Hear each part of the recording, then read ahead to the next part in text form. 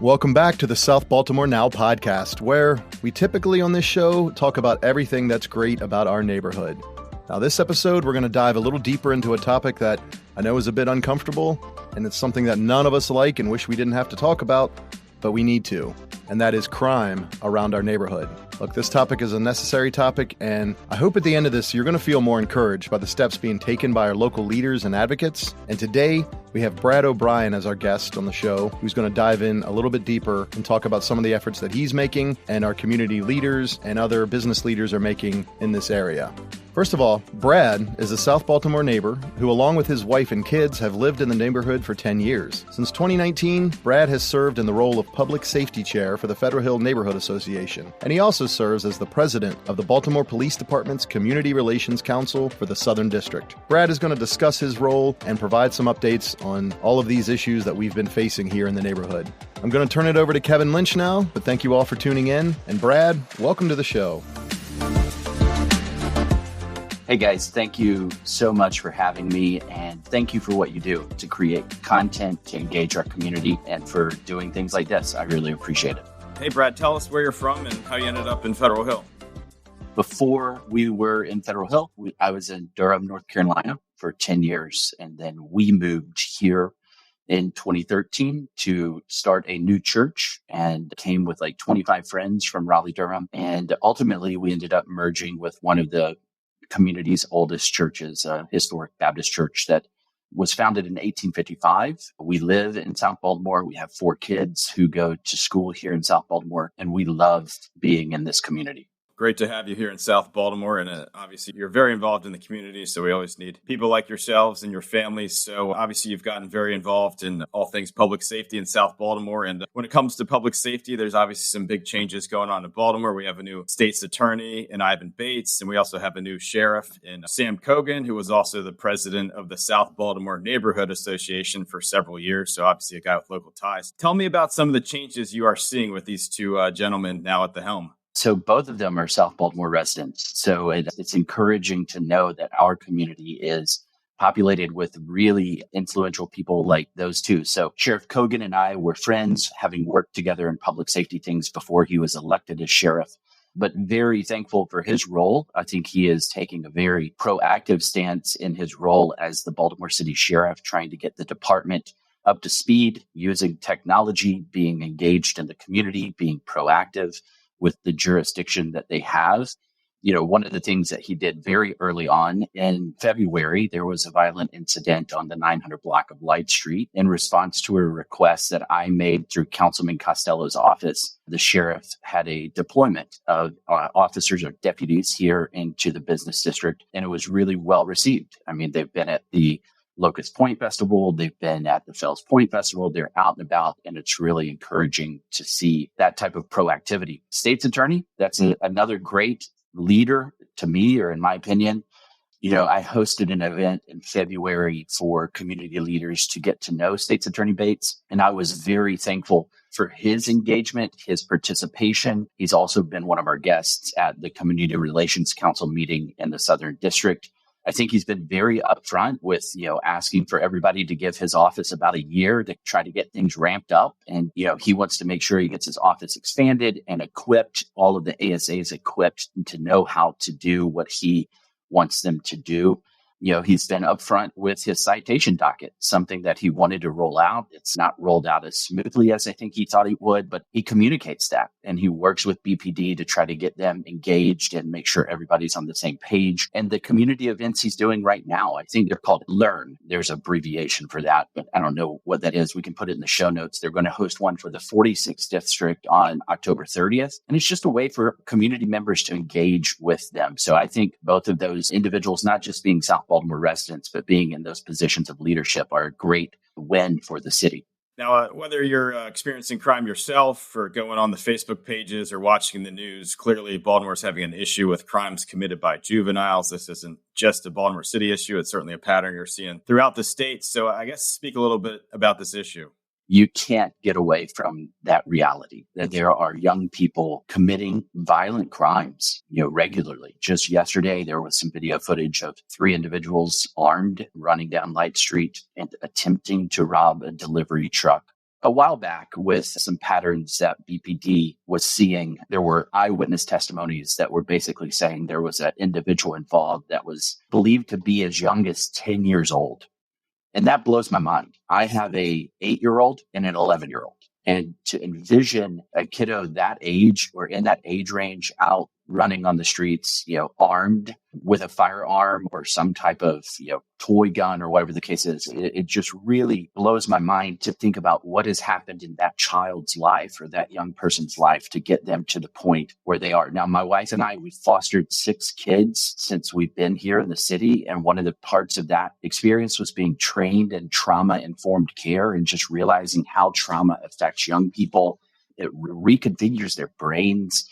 And so it's just something that we have to realize that there is a holistic situation that has to be addressed and recognized in all of this. Yeah. There are patterns of juveniles committing crimes, not just here, but all over. And just earlier this week, I heard about something that the mayor's office of neighborhood safety and engagement is going to be rolling out at Digital Harbor. Digital Harbor is the city's 3rd largest high school. And so they're going to be rolling out a school-based intervention program, which tries to engage the students and tries to keep them away from those types of decisions, tries to keep them or steer them into other directions. And so I think in that situation, when we have Digital Harbor students, committing crimes with their school logo on or something like that, we really want to be a good neighbor to that school. And I think the principal that we have there right now, Principal Jackson, is a great community partner. She wants the community to be involved. She wants to be involved in the community. And so I'm really excited about what Monsi's doing. And I hope our community will support that, because addressing juvenile crimes just not after a criminal event has happened. There are things that we can be proactive in and try to get ahead of the curve there into addressing young people and giving them options and opportunities in the community to do good, maybe to get a job in some of our businesses, get some skills, job experience, things like that. It is really heartbreaking. But one of the things in this that is really encouraging is that Principal Jackson is a great community partner. And we as a community have to always remind ourselves that being such a large school, the overwhelming percentage of students at Digital Harbor come to school each and every day, and they do all the right things. And when there are incidents of digital students doing the wrong things, it is a small number of those students. It is such a small number. The overwhelming majority of them are doing the right thing each and every day, and that's encouraging. But on the legislative side, I think another thing that I am really appreciative of S.A. Bates is how he's willing to go and say, well, what the legislature did when they passed the Juvenile Justice Reform Act is they really kind of took his office's legs out from under him. And so we actually had the juvenile division director, another South Baltimore resident.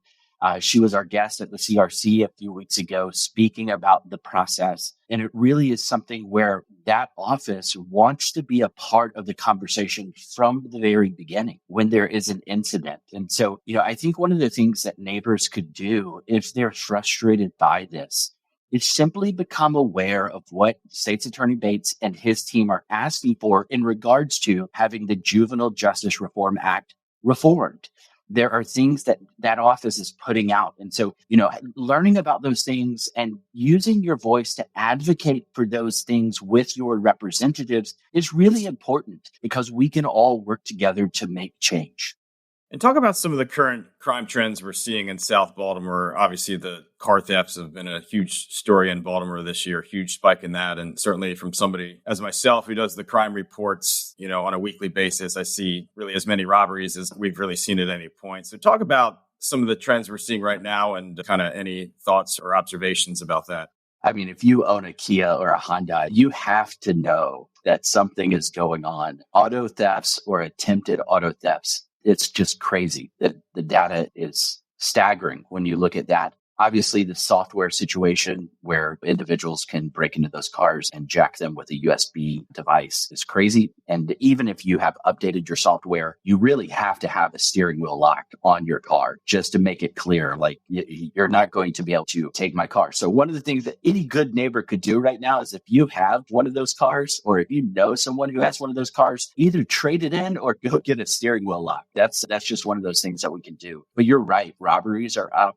street robberies, armed robberies, things like that. If you go to the Muncie database or dashboard in the Mayor's Office of Neighborhood Safety and Engagement, the stats for our community are staggering. They're really high right now. And we have a lot of strings where things will just kind of pop off, where there'll be 3 or 4 incidents within 30 to 45 minutes where they're getting their bike stolen out from under them, or they're getting robbed on their stoop while they're bringing their groceries in. And so it is very concerning right now when you look at the reality of the trends and look at what is currently going on. It's not going in the direction that we want it to go. And there are certainly things I think that we can get to at the end of this, talking about what we could do differently. But it is very concerning right now. And just circling back to the car theft issue, it's difficult to sell a stolen car. So, a lot of these cars that are stolen are recovered. Any insight of why there's so much interest in stealing cars and what they do with them once they steal them? Just when was this? This was Wednesday. So just 2 days ago. There was a situation where an Amazon truck was robbed. And so the delivery driver was out and 6 individuals just went into the truck and just took packages. I mean, it's package theft at a whole nother level. They were tracked to a car, which was tracked by some neighbors. And ultimately it was found that car was displaying stolen tags from another car. And so ultimately it seems like these auto thefts are being done either in the southern or other districts, and then they're being driven into other districts to kind of use them as the basis to do other crimes. And so it's a way of getting around the city. And oftentimes, at least in the past, there were patterns then of those cars being taken to another community and just being dumped there where the suspects might be able to hop on the light rail or somewhere to get to wherever they're going. And I don't think it's to be, chopped up or sold or things like that. I really think it's just young people doing something that they think is fun, that they might not be held accountable for. And it's definitely a concerning pattern. Gotcha. And maybe the amount of gas in the tank might kind of affect what that car is used for. Just to kind of get to one of the things that we're trying to do to address that is multiple neighborhood associations have worked together with the state of Maryland's Department of Housing and Community Development with grant funding. The peninsula is a very specific geographic area. There are only a few ways to get in and to get out. And so one of the things that we've been working on is to install fixed license plate reader cameras at key intersections. And the reason why is because it's known that those stolen vehicles come into the community. And when they come into the community, that's when those strings of incidents really pop off. And so you might see people posting, hey, look out for this red Kia or look out for this silver Honda or, those types of things. What we realize is that if we have a way of alerting the law enforcement officers here that there's a stolen vehicle coming into the community, then that really helps us to be proactive to try to prevent that string of 5 or 6 events, which is 5 or 6 neighbors being traumatized. There's a way for us to try to be proactive in preventing that. And so there are multiple neighborhood associations who are working together with BPD leadership to do stuff like that. And so rather than just sitting here and kind of sitting on our hands and feeling like there's nothing that we can do, there are things that we can do and there are solutions that we can present or pursue there. And so that's just one of those things of trying to be more proactive than rather simply reactive.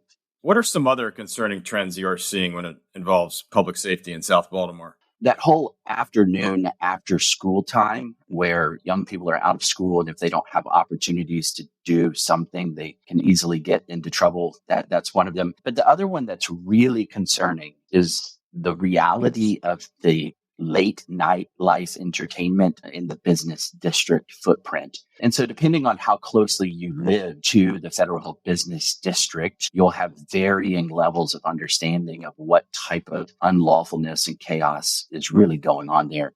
But that is one where obviously just a few weeks ago, Deputy Demby lost his life in an altercation there. And that's not just a standalone violent incident. There are numerous violent incidences that have happened in that footprint, really that revolve around the density of the amount of businesses that are open late at night, liquor license businesses that are open to last call, the number of patrons that are coming in. All of these things create this environment where if there's an absence of properly deployed law enforcement officers, it just turns into being a dangerous environment. And really, that's where we are right now.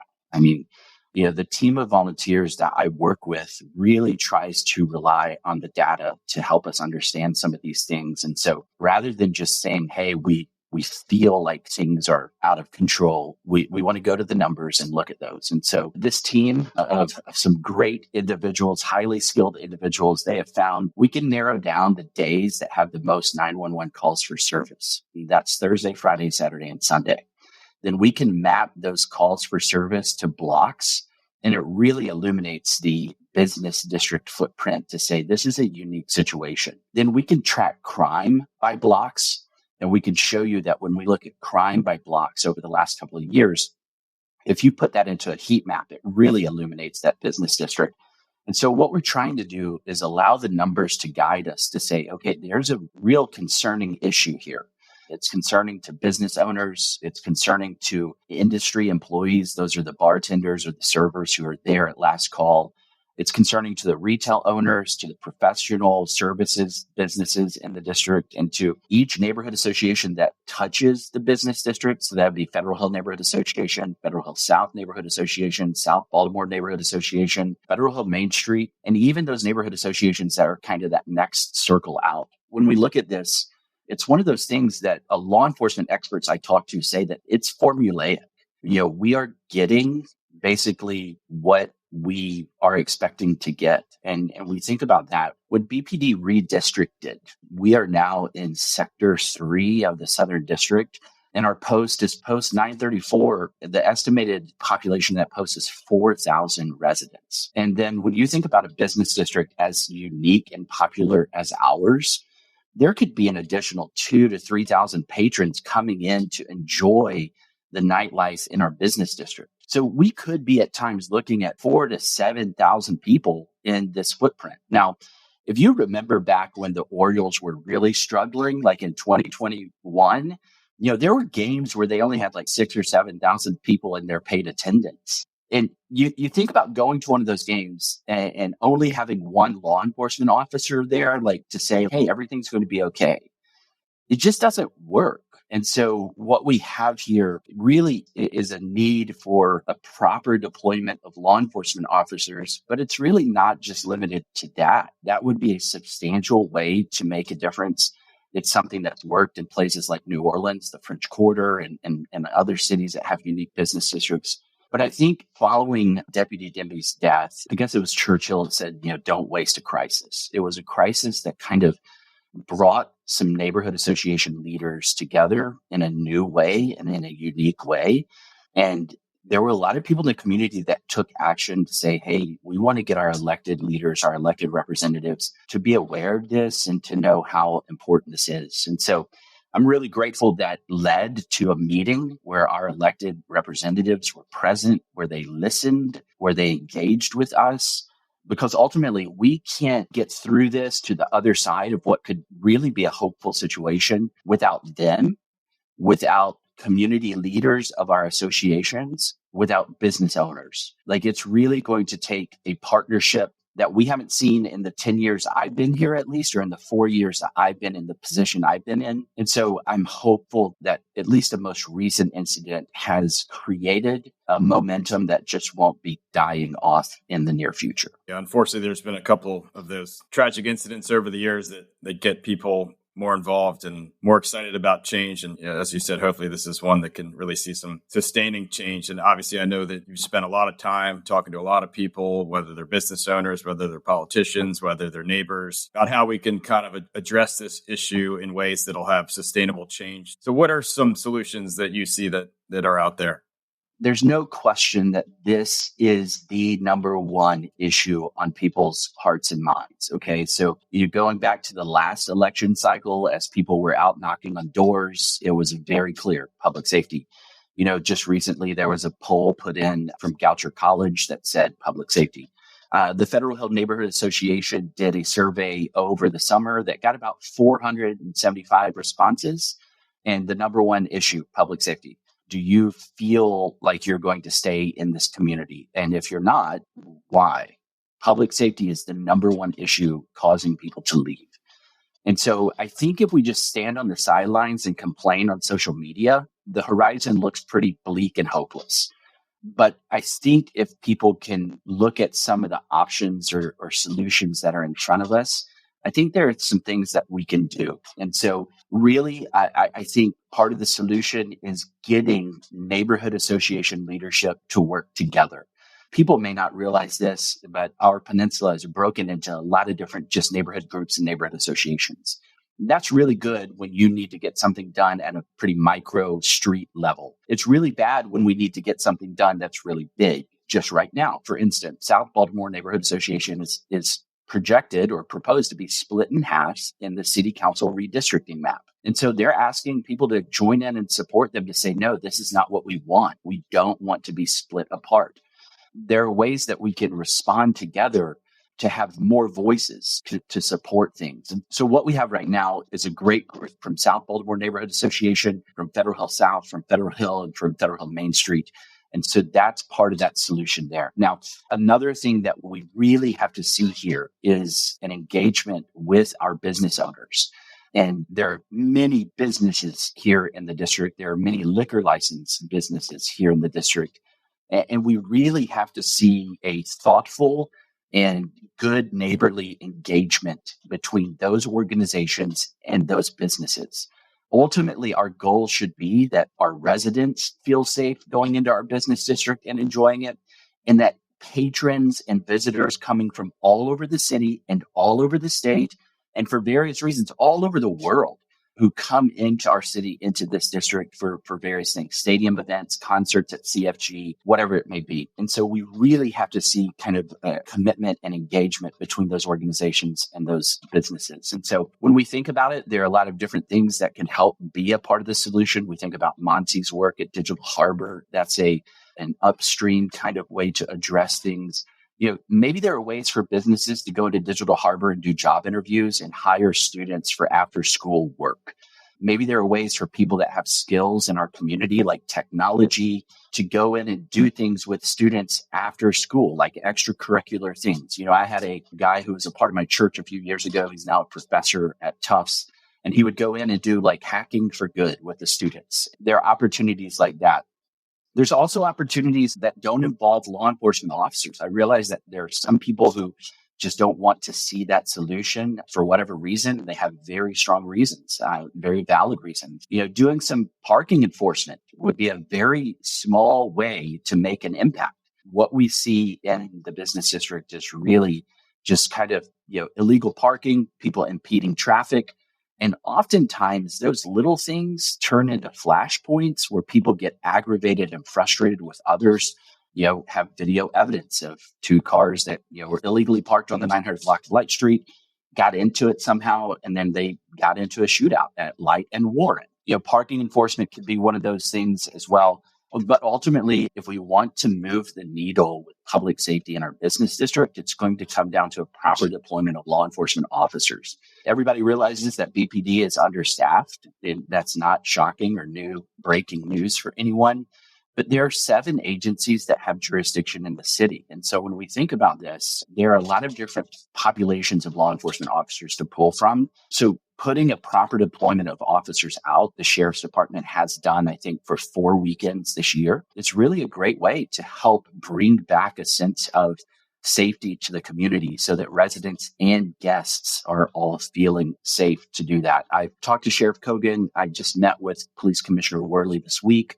Former Commissioner Harrison, Major Ben of the Southern District, they'll all say that this is a viable option, but we have to get the funding to do a pilot to show that it would work. And then we also have to get the officers to walk the beat and be a part of that. But I think there are a lot of different options that I'm hopeful about.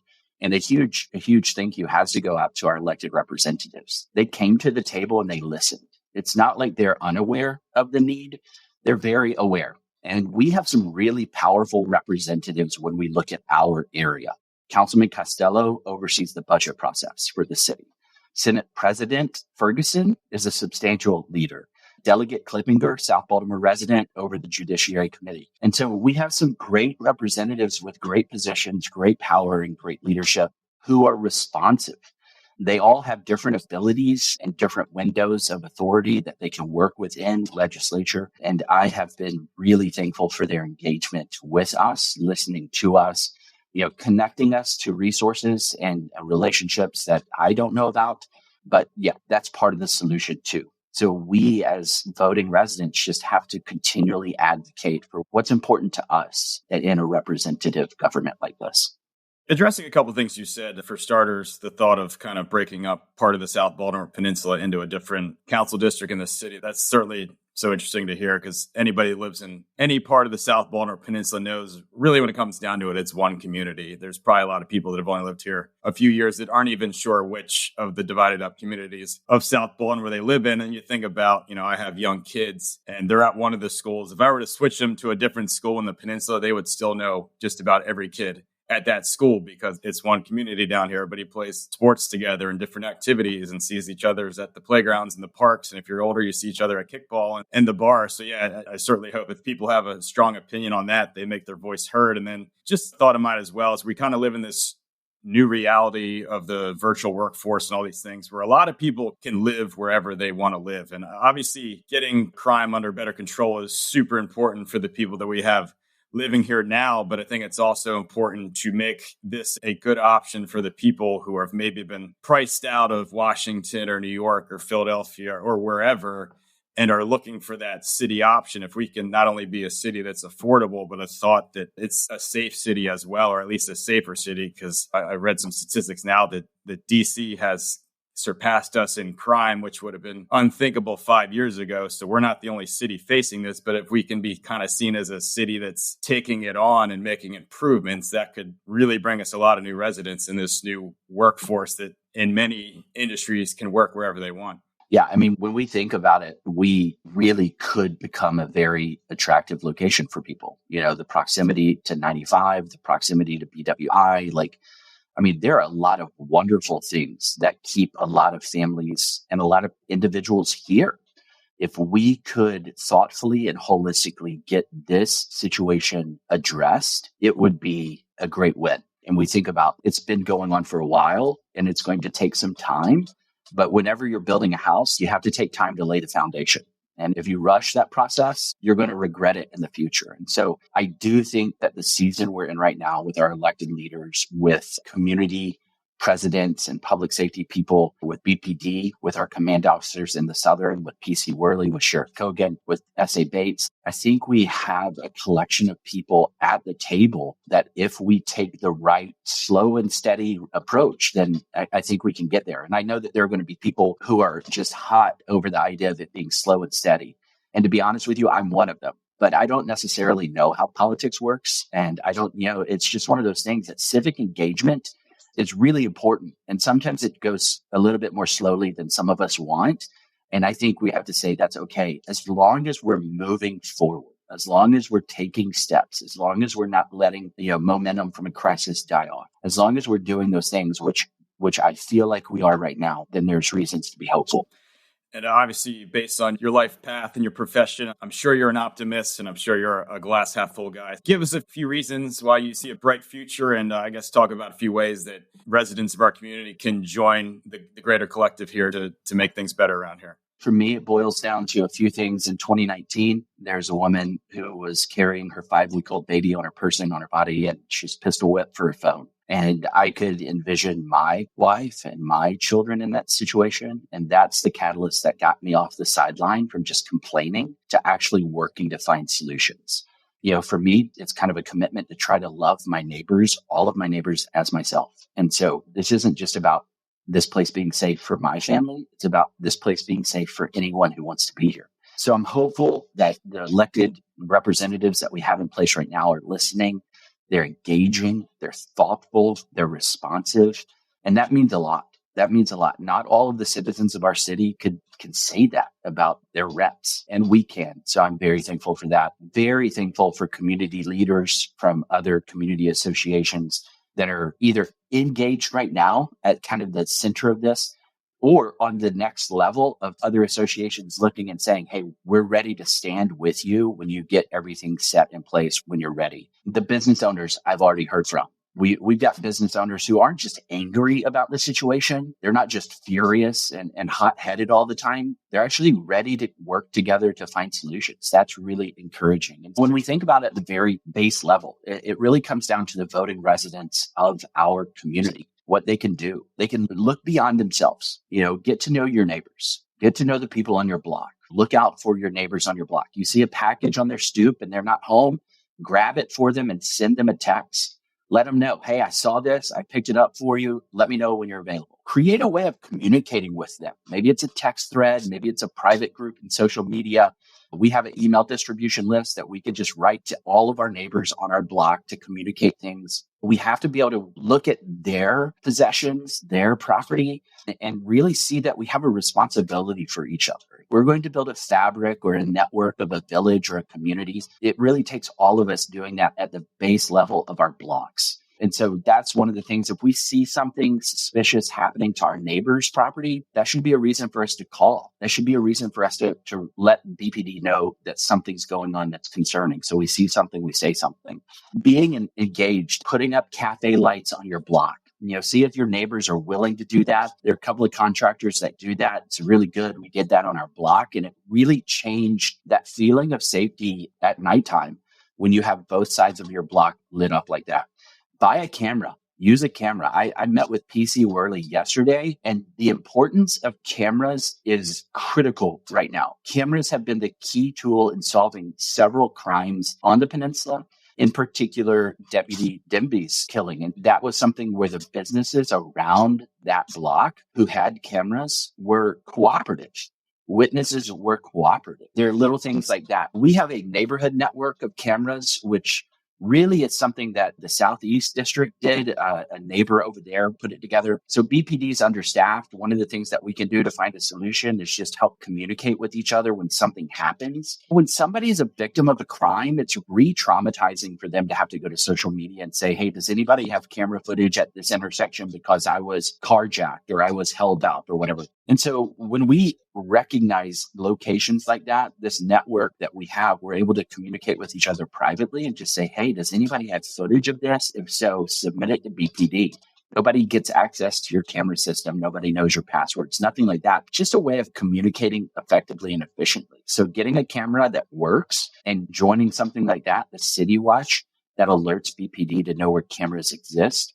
Things like that are really small things, but they make a difference. And so I think a lot of people feel like they don't know what to do, or they don't feel like they can do enough to change or make a difference.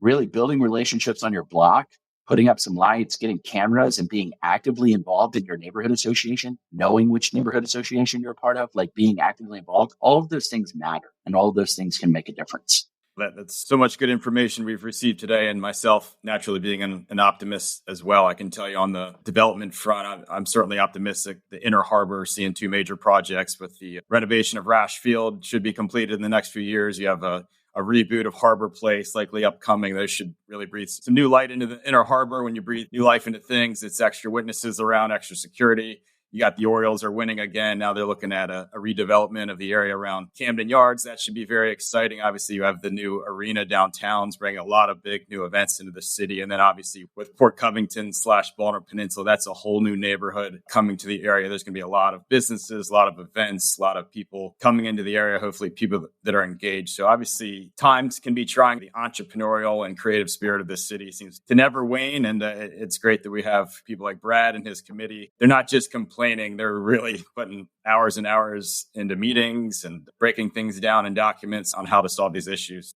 Thanks for your time today, Brad. There's a lot going on behind the scenes, and we know there's probably a lot you can't even talk about yet because it's too preliminary. We really appreciate all that. And let me throw another one in there on development. Something that I'm really passionate about, something I think shows a holistic approach to public safety, is the future redevelopment of Solo Gibbs Park. Solo Gibbs Park sits at the heart of Sharp-Leadenhall community. It's the park that's closest to M&T Stadium and Camden Yards. And they have a vision and they're working on funding. And that's something that people can be advocating for. That's the only park on the peninsula not to be renovated in like the last 2 decades, I think. When that vision is completed, when they have the funding on hand to get that done, our community, South Baltimore, is going to have one of the city's most cutting-edge recreation centers, which is going to afford a lot of young people a great place to be engaged after school. And that is another way to look at this holistically. And so, yeah, there is a lot of great things going on and a lot of great development happening, that's for sure. Yeah, no doubt. Brad, thank you so much for joining us on the podcast today. What an important message to share with all of our friends and neighbors and fellow residents here of South Baltimore. If you like this podcast, I hope you'll share it with your friends and neighbors. And please stay safe out there. Talk to you soon.